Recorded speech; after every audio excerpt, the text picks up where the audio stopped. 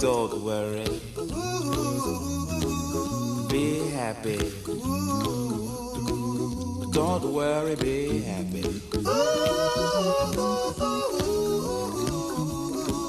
Don't worry, be happy. Don't worry, be happy. Eh bien bonjour à tous, bienvenue à l'émission Psycho Perso, l'émission qui fait du bien et qui vous apprend à mieux vous connaître. Donc c'est animé par moi, Vanessa Baudouin, nouvelle animatrice sur VIP Radio. Et j'ai l'honneur aujourd'hui d'interviewer Bruno Giuliani, qui est philosophe. Donc j'avais presque envie de dire l'émission aujourd'hui sera Psycho Perso Philo. Et en fait c'est quelqu'un d'un peu atypique parce que c'est pas un philosophe qui se prend la tête, c'est un philosophe qui danse. Et j'ai assez hâte qu'il vous parle de cette technique que moi j'ai pu déjà connaître en fait en pratiquant la biodanza avec lui l'année dernière. Et il va vous dire aussi peut-être en quoi la biodanza d'après lui est encore plus géniale que la méditation et apporte encore plus. Alors Bruno, bonjour. Et puis, parle-nous un peu de toi et donc de la biodanza et de tout ce que tu as comme différents outils, pratiques, disciplines qui peuvent faire du bien à nos auditeurs. Je t'écoute. Bonjour Vanessa, merci de m'inviter. Et oui, je suis un peu atypique parce que je suis un philosophe, un professeur de philosophie. J'ai enseigné pendant 20 ans la philosophie dans un lycée, dans plusieurs lycées, dans la région de Nice. À l'université, j'enseigne toujours à l'université Interage. Et donc cette recherche philosophique, qui est une recherche de vérité, de sagesse, très intellectuelle, m'a amené de plus en plus à rechercher des moyens pour simplement se sentir mieux dans sa vie. Et se sentir mieux dans sa vie, pour moi, ça passe par le corps, et pas simplement par l'esprit, par l'intellect. Ce qui fait que j'ai cherché très, très jeune des pratiques. J'ai pratiqué des sports, par exemple. Lesquels ? Et moi, les sports, tous les sports. J'étais un grand amateur de football, de ski, tous les sports collectifs. Et pour moi, ce qui était fondamental à travers la pratique du sport et aussi à travers la musique. J'étais musicien très jeune.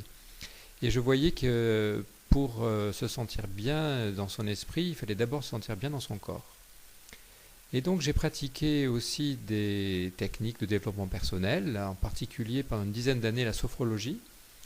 Et ce qui m'a intéressé dans le sport, la musique, la sophrologie, c'est cette approche directe de ce qui est vivant. Et pour moi, ce qui est vraiment nécessaire, et ce qui est vraiment, je dirais plus que nécessaire, ce qui est essentiel dans la vie, c'est de se réaliser complètement, pour se sentir complètement dans le bonheur, qui est vraiment mon aspiration. Et toutes mes activités aujourd'hui sont dirigées vers la culture du bonheur, et plus précisément, parce que le bonheur c'est un grand idéal, c'est un grand concept, je parle surtout de culture de la joie.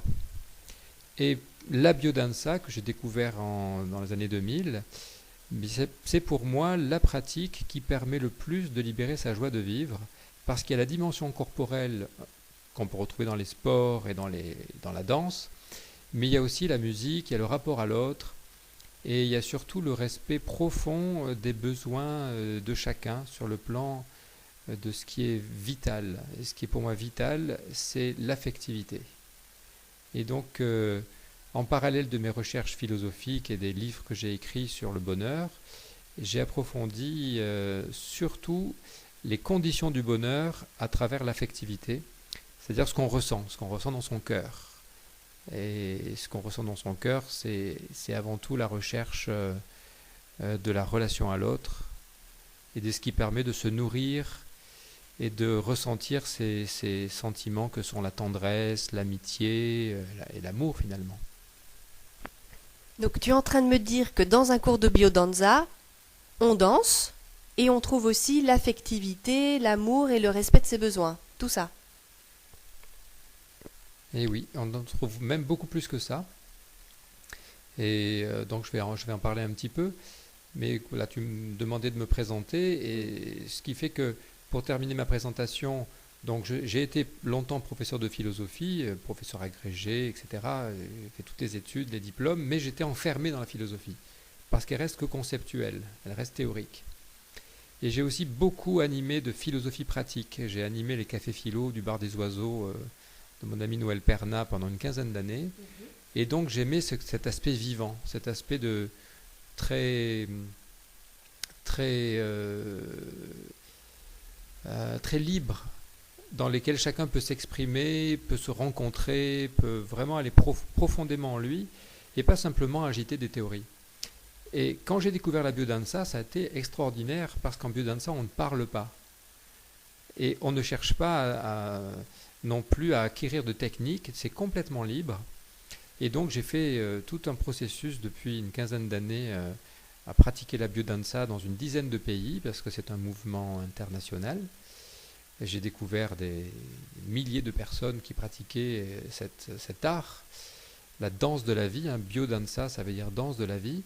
Et ce que j'ai trouvé extraordinaire avec la biodanza, c'est que quelles que soient les personnes avec qui on pratique, quel que soit le pays, quelle que soit la culture, quel que soit l'âge, quel que soit le niveau intellectuel, culturel, eh bien, on se rencontre parce qu'on n'est pas dans la parole, on n'est pas dans le jugement, on est dans l'expression de ce qu'il y a vraiment d'universel chez tous les humains.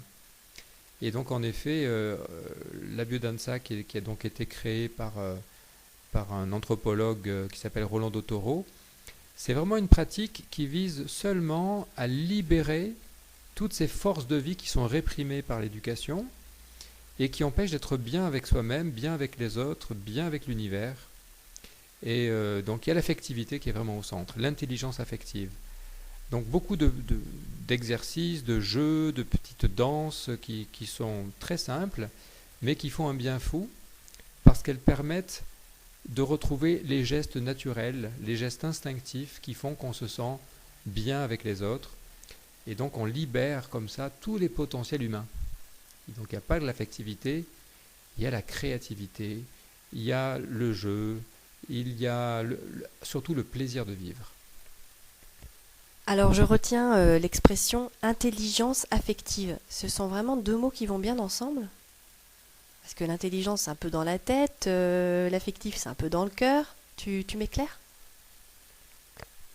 Et oui, en général, on a l'impression que l'intelligence et l'affectivité, c'est-à-dire les sentiments, les émotions, sont complètement dissociés.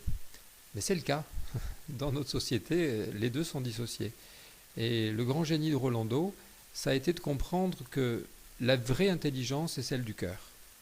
C'est lorsqu'on perçoit quelqu'un et on n'a pas besoin de savoir quoi que ce soit sur lui, de savoir combien il gagne, qu'est-ce qu'il fait dans la vie, mais on a tout de suite au niveau du cœur la perception de son énergie, de sa valeur humaine. On le voit dans son visage, on le voit dans son regard, on le voit dans sa manière de se comporter, dans son corps. Et donc la proposition de la biodanza, c'est de revenir au niveau des ressentis profonds pour retrouver cette perception directe qu'on avait en fait quand on était enfant et qu'on a perdu par le conditionnement de l'éducation et qui fait que on a appris à devenir des intellects coupés du cœur et coupés du corps, ce qui est encore plus grave parce qu'on a tendance à agir sans écouter les sensations du corps. Et donc moi en tant que philosophe, j'avais déjà bien compris ça. J'étais un grand lecteur de philosophes qui mettaient l'accent sur l'importance du corps, comme Nietzsche, comme Bergson. Et ces philosophes invitent à retrouver cette sagesse du corps et encore plus encore la sagesse du cœur. La sagesse qui fait qu'on rentre en relation profonde avec les autres pour créer des amitiés, pour être dans la douceur, être dans la bonté. Et en fait, ce qui est vraiment nécessaire au bonheur, c'est ça. C'est d'abord la relation harmonieuse avec l'autre. Et la biodanza est merveilleuse pour ça. En quelques mois, on arrive à créer des liens très profonds et à découvrir en fait eh bien, que l'autre n'est pas une menace, n'est pas une source de conflit, et qu'on peut créer des liens très sains et très nourrissants. Et à partir de là, tout est possible. Parce qu'on renforce notre auto-estime, l'amour de soi, et on ouvre la possibilité de ce que j'appelais la créativité existentielle, notre liberté. Donc comment est-ce qu'on peut changer notre vie? Et ça, c'est plutôt en tant que philosophe ce que je fais, pas dans la biodanza, mais dans mes enseignements, donc des consultations individuelles que je donne. Et donc dans ce cas-là, pour terminer ma présentation, je suis devenu une sorte de coach avec une dimension un peu thérapeutique quand les gens vont pas trop bien, pour aider les personnes dans leur corps et dans leur esprit, et plus encore dans leur cœur, à se réaliser et à être plus heureux.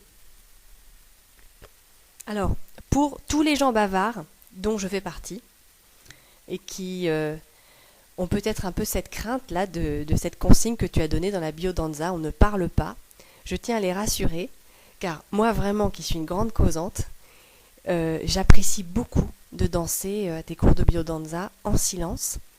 Et à la limite, ceux qui ne respectent pas cette consigne, ça m'énerve un peu, parce que la parole coupe en effet ce que tu disais, quand le mental intervient, ça nous coupe de ses instincts, de cette affectivité. Donc vraiment, amis bavards, rejoignez quand même le cours de biodanza de Bruno, vous ne serez pas déçus.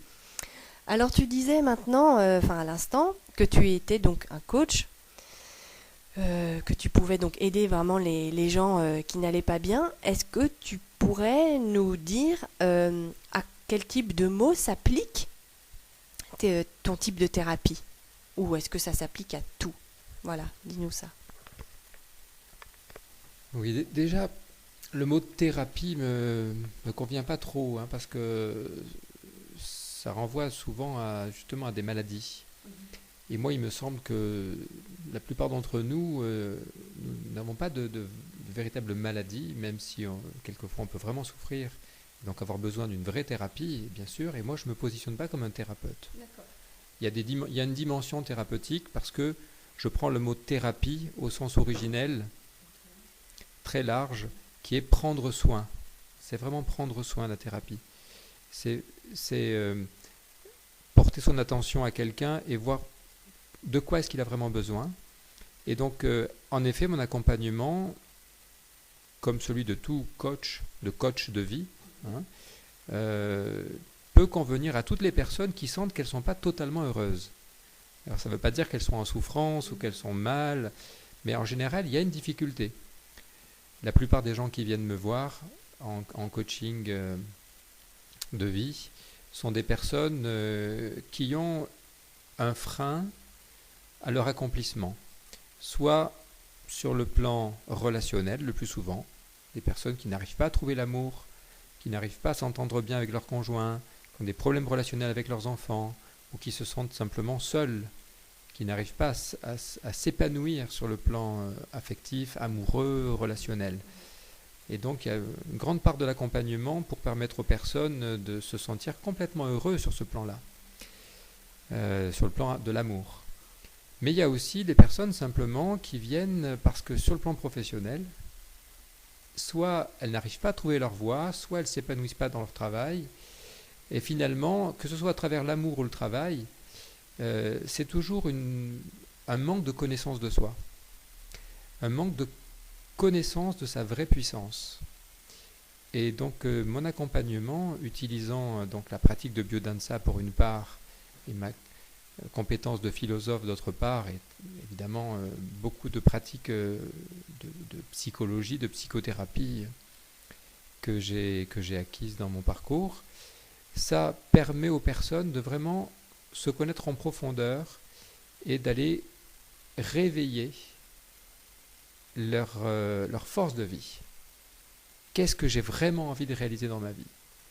De quoi j'ai vraiment besoin pour être heureux? Et j'ai créé donc tout un système que j'ai appelé Biosophie, pour faire le lien entre biodanza et philosophie, c'est-à-dire que c'est vraiment une philosophie pratique de la vie qui se base sur les sentis, les ressentis. Et en particulier, donc même si les gens qui n'ont pas de souffrance, bien tout le monde a des peurs qui les inhibent. Tout le monde a des colères qui dissipent leur énergie et qui les mettent en conflit. Tout le monde a de la tristesse. Et donc moi, ce que j'aide les personnes à transformer, ce sont ces peurs, ces colères, ces tristesses, qui sont en fait des joies et des désirs qui ont simplement pas pu s'exprimer. Et donc cet accompagnement que je propose sous forme de consultation, sous forme de stage, je donne aussi des visioconférences pour les personnes qui ne peuvent pas se déplacer, donc tous les jours ou très souvent dans la semaine, je donne des visioconférences le soir de 10 à 19h. Ça permet aux personnes de développer cette sagesse qui est en eux, qui n'est pas une sagesse intellectuelle qu'on va chercher dans les livres, c'est vraiment la sagesse pratique qui va permettre, par exemple, de savoir créer une amitié, de savoir communiquer avec son conjoint, avec son ami, de savoir séduire, et de développer en fait tout l'art de vivre, l'art de la relation, qui fait qu'on peut se sentir vraiment dans une grande joie de vivre, une grande sérénité, et qui fait qu'on peut se dire « Waouh, je me sens vraiment heureux, je suis vraiment satisfait de ma vie ». Ce qui est mon expérience. Évidemment, moi j'accompagne des personnes dans ce que j'appelle l'art du bonheur, simplement parce que après avoir beaucoup galéré dans ma vie, après avoir beaucoup eu d'échecs et de sentiments d'insatisfaction, par le travail philosophique, par la thérapie, par des pratiques spirituelles aussi, donc la méditation en est une, et pour moi la méditation est aussi importante que la biodanza. Ah, d'accord. Elle est aussi importante, si ce n'est que bien souvent la méditation peut être coupée des émotions, alors que la biodanza a non seulement des émotions, mais des sensations, du plaisir, de l'action, alors que la biodanza pour moi a cette supériorité de nous faire retrouver l'élan vital, la joie de vivre, danser sur de la musique avec des amis dans un groupe, c'est vraiment ce que je trouve de plus extraordinaire pour se sentir bien dans sa peau et pour s'affirmer dans l'action, dans la vie. Alors que la méditation peut avoir une tendance à nous séparer de la vie. Moi j'ai remarqué aussi quelque chose, c'est que notamment en développement personnel, quand on va vraiment mal, ce qu'on préconise, et bon, j'ai un diplôme, je me suis pas présentée, donc je suis psychologue social, j'ai un diplôme en kinésiologie, donc en énergétique. Ce qu'on préconise vraiment quand on va mal, c'est le mouvement. Donc bon, pas forcément un footing en ce moment d'une demi-heure dans la forêt sous la pluie, mais rien que sauter sur place pendant 30 secondes avec un petit sourire au coin des lèvres, qui permet, j'en parlerai peut-être lors d'une autre chronique, le sourire donc qui crée des endorphines dans le cerveau, donc ce qui permet donc de se sentir tout de suite mieux. Le mouvement en soi est vraiment un puissant activateur de bien-être. Absolument, absolument, c'est vraiment le mouvement activateur de bien-être, mais mieux encore que le mouvement qui est dirigé par la volonté, qu'on fait quand on fait du fitness, quand on va danser avec des techniques où on apprend, que ce soit la danse classique ou la salsa ou le sport tout simplement. Le mouvement est excellent parce qu'il libère l'énergie de vie. Mais la danse qu'on propose en biodanza, c'est la danse au sens originel d'un mouvement qui est plein de sens parce qu'il exprime qui je suis. Donc je suis dans la proposition de biodanza dans un mouvement qui va exprimer mon identité profonde, qui je suis, ce que je ressens. Et si je ne fais que activer par du mouvement, comme sauter sur place pendant une demi-heure, ça va avoir des effets extraordinaires, ça va libérer beaucoup de choses, des endorphines et je vais me sentir bien. Mais c'est tout à fait différent de danser pendant 1h30 avec des amis, avec l'expression de soi, rencontrer les personnes, rentrer aussi dans le contact de la manière juste. Voilà pourquoi moi je suis un inconditionnel de la biodanse, parce que j'ai vu des milliers de personnes, et il y en a des centaines de milliers qui font de la biodanza dans le monde, mais moi j'en ai vu personnellement vraiment quelques milliers qui se sont transformés parce qu'elles ont enfin réussi à écouter leur intériorité sensible, leurs émotions, leurs sensations, qu'est-ce que j'aime pas, et directement dans la pratique, directement dans le pouvoir du moment présent. Justement, j'allais y venir. Tout à l'heure, j'ai fait une petite aparté pour nos amis les gens bavards. Maintenant, je pense à nos amis les gens timides. Tu dis que tu as vu des millions de gens, ou du moins tu entends milliers de gens se transformer grâce à la biodanza. Mais voilà, quelqu'un qui est très timide et qui a peur du jugement s'il ose faire tel type de danse, ou bon, pour l'avoir vécu, je sais que parfois on imite des animaux. Alors, qu'est-ce que tu vas dire à cette personne qui est très timide et qui n'ose pas venir à ce cours? Eh bien, justement, les personnes qui sont timides, c'est excellent pour eux de pratiquer la biodanse parce qu'on est tous à égalité. On a tous peur au départ. Donc la biodanse a l'avantage de mettre tout le monde à l'aise par des pratiques tellement simples. Ce sont des marches, ce sont des petits exercices où simplement on fait des mouvements tout simples. Et petit à petit, on prend confiance et surtout, ce qui est magnifique, c'est qu'il n'y a aucun jugement, aucune critique.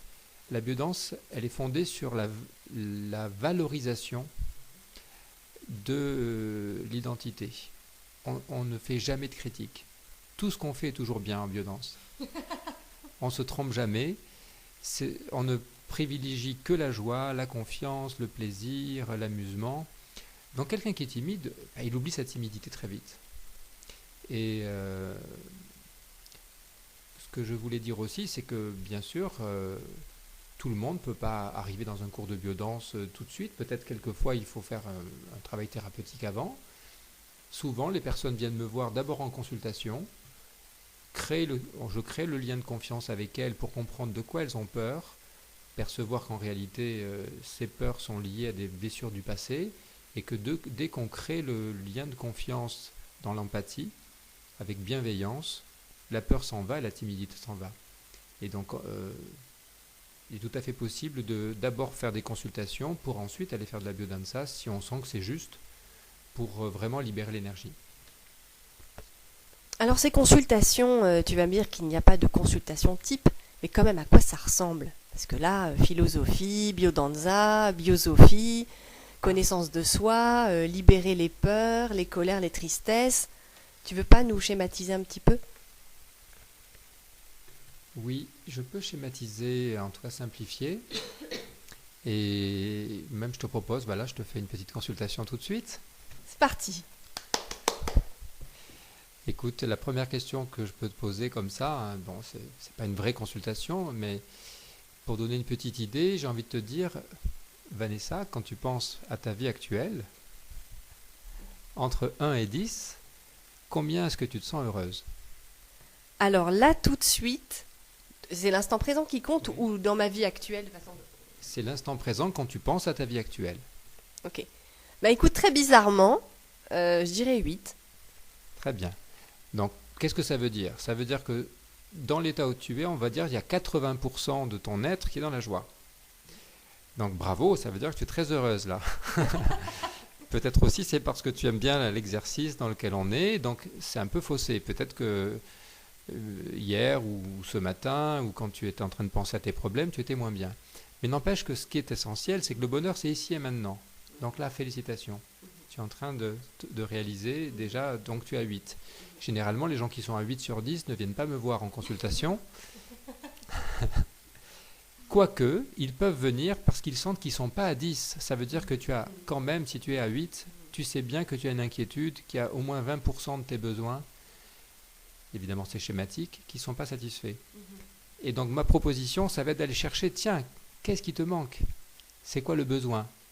Et donc on va aller plonger avec des techniques corporelles pour sentir dans ton corps, te relaxer d'abord, se sortir du mental et aller identifier d'abord de quoi tu as vraiment besoin derrière tes croyances. Ça c'est le travail du philosophe qui va enlever les croyances pour aller vers la vérité de ton être, quels sont tes vrais besoins.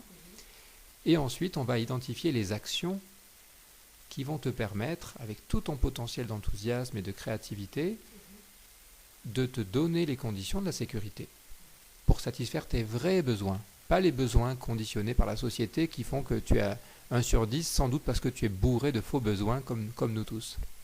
Comme tu veux dire, pas avoir de Porsche sur la Côte d'Azur, ça par exemple?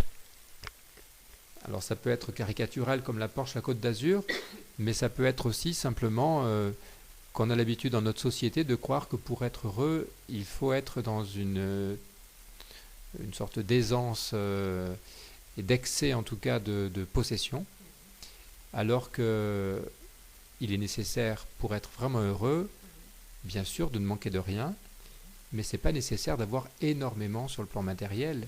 Ce qui est essentiel, surtout, c'est d'avoir un métier qu'on aime, c'est d'avoir des relations harmonieuses avec les gens autour de nous, c'est de s'aimer soi-même, et surtout, ça c'est un point qu'on n'a pas abordé, c'est de sentir qu'on s'accomplit sur un plan spirituel, qu'on réalise ce pourquoi on est fait, ce pourquoi on est sur Terre.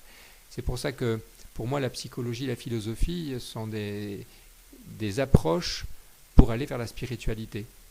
C'est-à-dire la possibilité, quand je dis spiritualité, ça n'a rien à voir avec les religions ou les croyances, c'est vraiment la vie spirituelle, la vie de l'esprit, qui fait que je sens que ma vie a du sens, que je m'épanouis complètement et que je suis en accord profond avec qui je suis.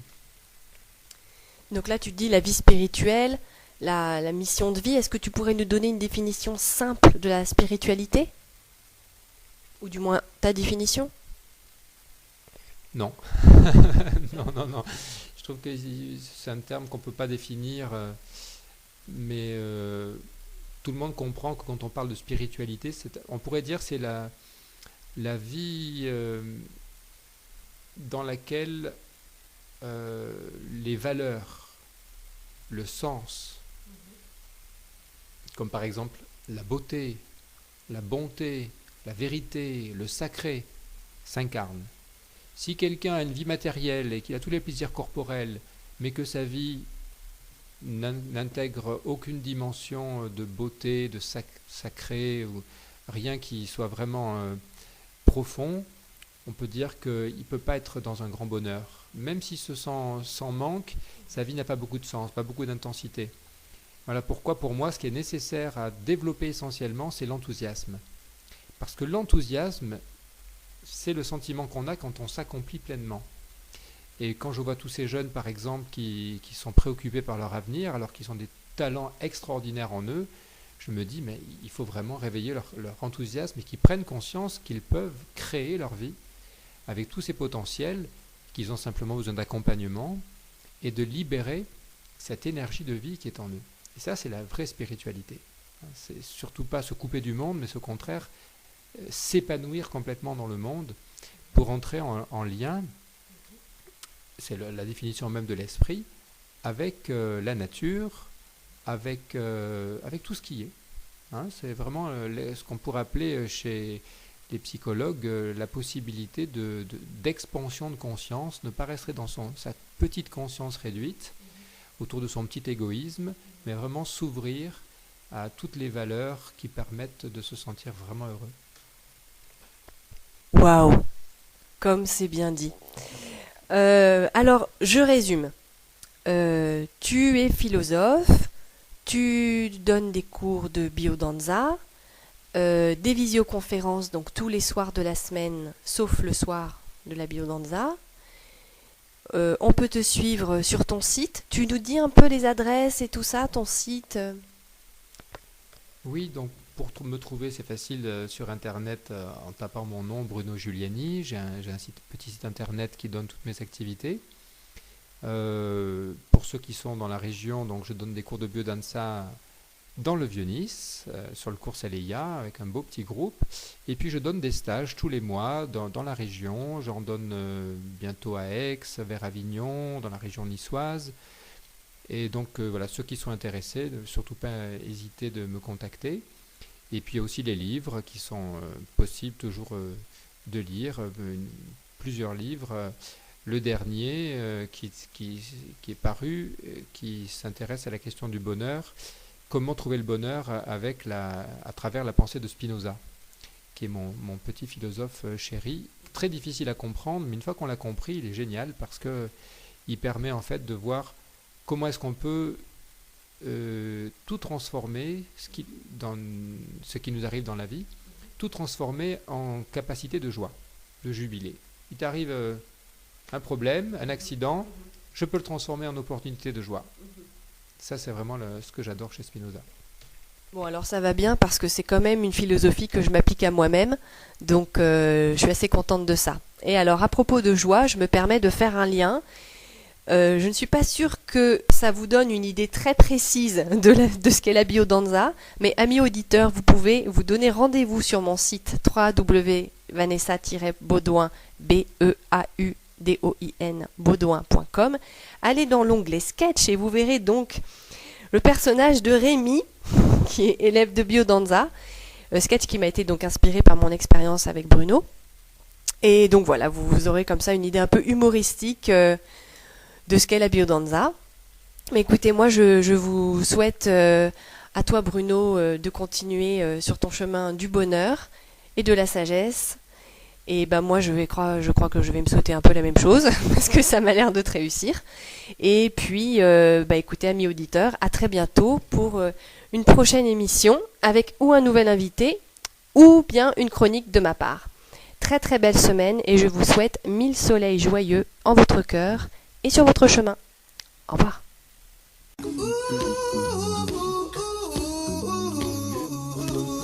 Don't worry, be happy. Don't worry, be happy.